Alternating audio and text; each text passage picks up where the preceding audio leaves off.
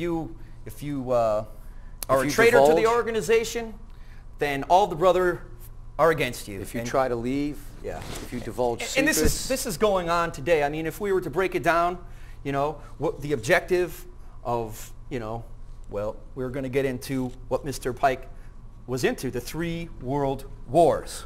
But before we go to that point, there's got? definitely a part here from his book, The Morals and Dogma of Ancient and Accepted Scottish Rites of the Freemasons, where he writes, this is just an excerpt from it, yes, Lucifer is God, the unformable Adonai is also God, for the eternal law is that there is no light without shade, no beauty without ugliness, no white without black. Yep. An absolute can only exist as 2 gods, darkness becoming necessary to light. But now here's the real kicker. The doctrine of Satanism is a heresy, and the true and pure philosophic religion is the belief in Lucifer, the equal of Adonai. The Lucifer God is the light of God, God of good, is struggling for humanity against Adonai, the God of darkness and evil. What's that scripture we were pondering? Where people... Oh, yes. Woe unto you, man, when calls evil good and good evil. Light, darkness, and darkness, light, bitter, sweet, sweet, bitter. And that's the time that we are at. Now, like once again, I've said before that these philosophies that we bring up are not something newly construed. These are something that have been around for thousands of years. This goes back to the very beginning of mankind. Absolutely. When Adam, or when Lucifer, or the serpent, said to Adam and Eve, you know, eat from the tree of the knowledge of good and evil, and you will be like God. It's the exact same lie. He's taken everything he has ever put his hand to, and he has twisted it about 180 degrees, puts that spin on it, and says, I am light. And yeah, he may, because nowhere in the Bible does it say he was disfigured. So remember that. He still bears that image of light. He's made it perfection, but there's no plan for redemption for him. Woohoo! Because he was absolutely perfect. Yep.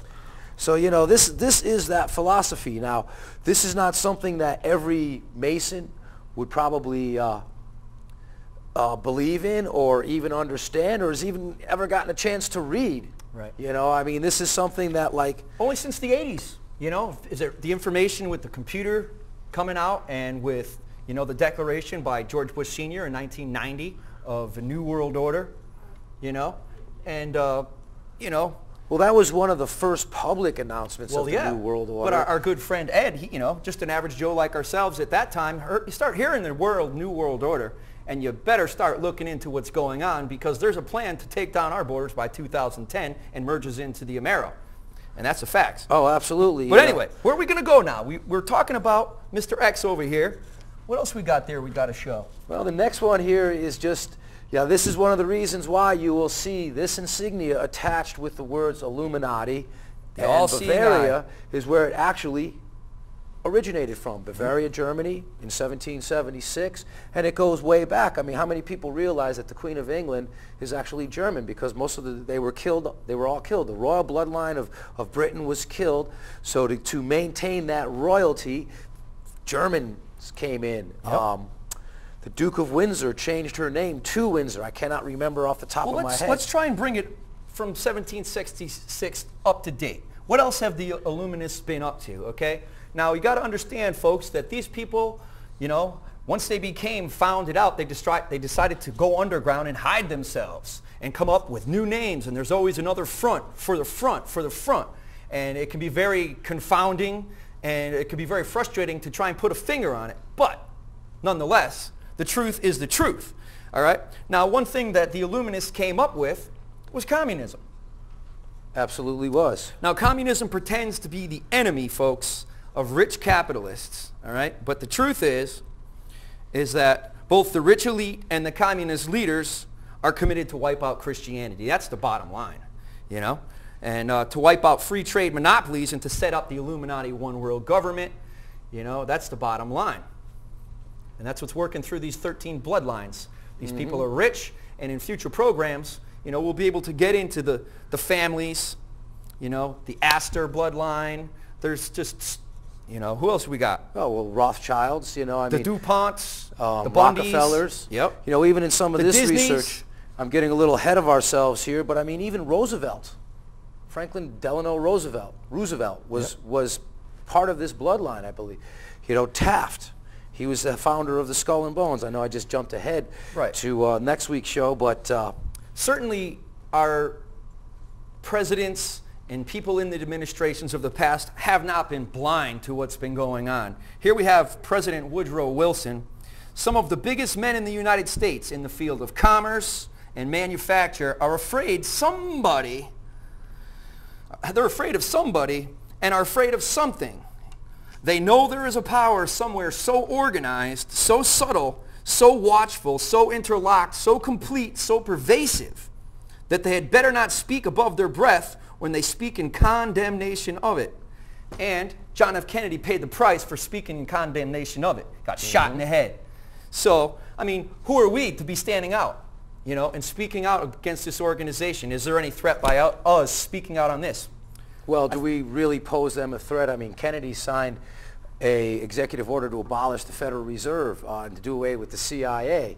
You know, Lincoln, too, that was another reason why he was assassinated, because he wouldn't do business with the banks. And we could talk about that a little bit. How do they actually manipulate control?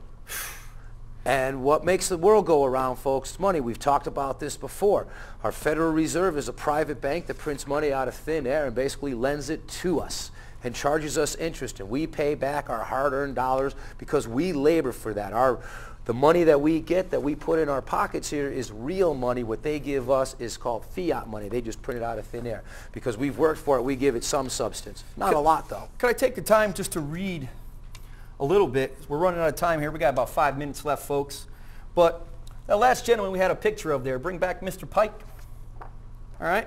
Now, this gentleman, he came up with the idea. We've talked about this a little earlier in the program. He came up with a plan for 3 world wars, correct? Mm-hmm. You know?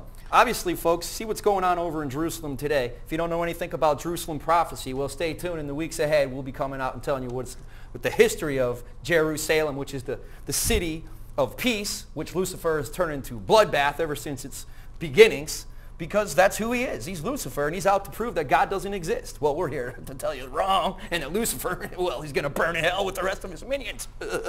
Anyway, this was written in 1870, folks, and we only got 2 minutes here. The Third World War must be fomented by taking advantage of the differences caused by the agentur of the Illuminati between the political Zionists and the leaders of the Islamic world.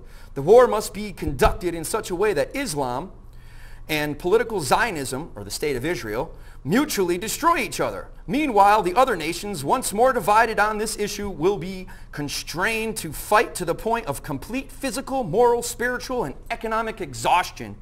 We shall unleash the nihilists and the atheists. We shall provoke a formidable sociable cataclysm, which in all its horror will show clearly to the nations the effect of absolute atheism, origin of savagery, and all of the most bloody turmoil. Then everywhere the citizens, obliged to defend themselves against the world minority of revolutionaries, will exterminate those destroyers of civilization, and the multitude, disillusioned with Christianity, whose deistic spirits will from that moment be without compass or direction, anxious for an ideal, and without knowing where to render its adoration, will receive the true light through the universal manifestation of the pure doctrine of Lucifer.